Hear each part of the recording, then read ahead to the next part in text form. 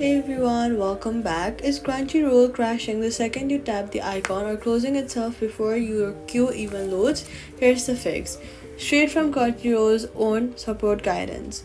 First, swipe up and force close the app completely from your recent apps. Now go to your settings, general, iPhone storage, and check your free space. Crunchyroll gauges thumbnails and episode data locally, and it crashes on launch when storage is too tight to load data. Free up room by offloading a few unused apps if storage looks fine and it's still crashing. Press and hold on the Crunchyroll icon on your home screen. Tap remove app, delete app, then tap delete app to fully uninstall it.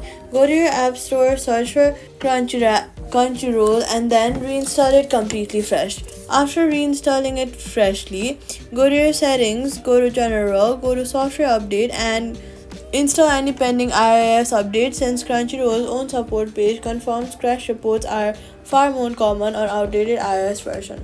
So all you gotta do is check your storage, delete and reinstall fresh from App Store, update iOS, Crunchyroll's open without crashing, and that's it. Subscribe for more Crunchyroll fixes.